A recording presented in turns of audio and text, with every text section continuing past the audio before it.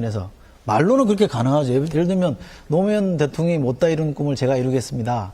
아버지 박정희 대통령이 못다 이룬 꿈을 제가 이루겠습니다. 말은 좋습니다만 만약에 그게 그분의 가치인식이나 인식의 틀이라 그러면 저는 굉장히 위험하다고 봅니다. 예.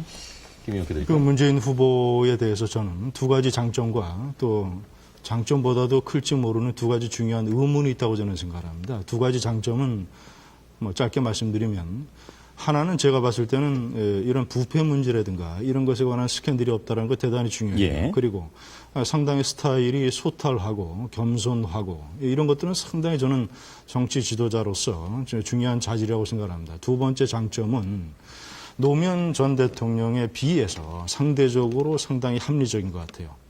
이렇게 노무현 전 대통령은 정상적인 궤도를 벗어난 일탈하는 행동이라든가 정책 이런 것들을 많이 했습니다. 그래서 국가를 많이 혼란스럽게 했는데 문재인 후보는 공약이라든가 얘기하는 뭐 이런 것들을 보면 노무현 대통령에 비해서 상대적으로 상당히 합리적이고 정상적인 궤도에 근접해 있어요.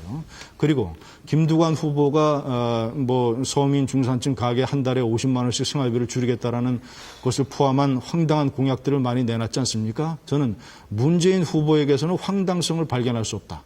이것이 저는 상당히 문재인 후보의 장점이라고 생각합니다. 문재인 후보의 두 가지 커다란 의문점이자 결점은 첫째는 문재인 후보가 말이죠. 기회가 있을 때마다 본인이 노무현 정권에서 얼마나 영향력이 있었던 인물이냐를 과시를 해요. 노무현 대통령 비서실장은 대통령보다도 중요한 회의에 더 많이 참석한다. 실무적으로. 그렇기 때문에 국정 전반에 대해서 소상해서 알 수 있는 기회가 있었다.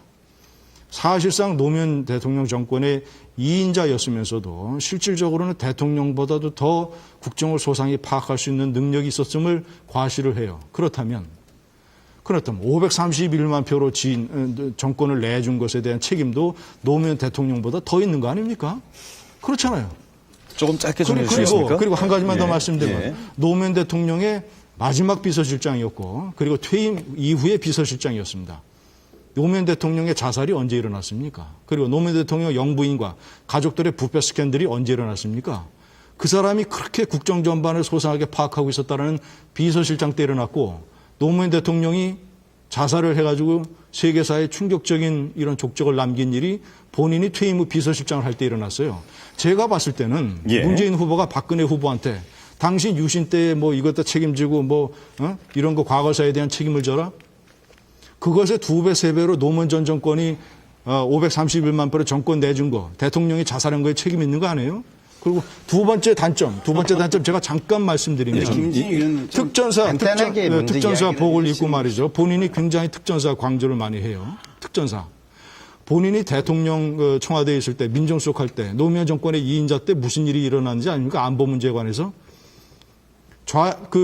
급진 좌익이 인천의 메가더 동상 때려부시려고 가서 그렇게 하고 그런 것 시간이 별로 없어서요. 지금 김 의원께서 두 가지 장점과 두 가지 의혹에 대해서는 일단 제기를 하셨습니다. 혹시 반론이 있으신가요?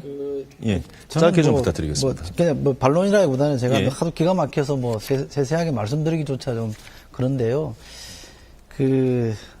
그냥 넘어가시죠. 저 생각에는 김진영께서 노무현 대통령에 대한 제가 이 소장님께 기회를 드렸으니까요. 강하신 것 같습니다. 그 문재인 후보의 잘잘못을 전 따지는 건 개인의 자유라고 봅니다만 과도하게 아닌 거를 기다고 얘기해서 하는 건 전 잘못이라고 보고요.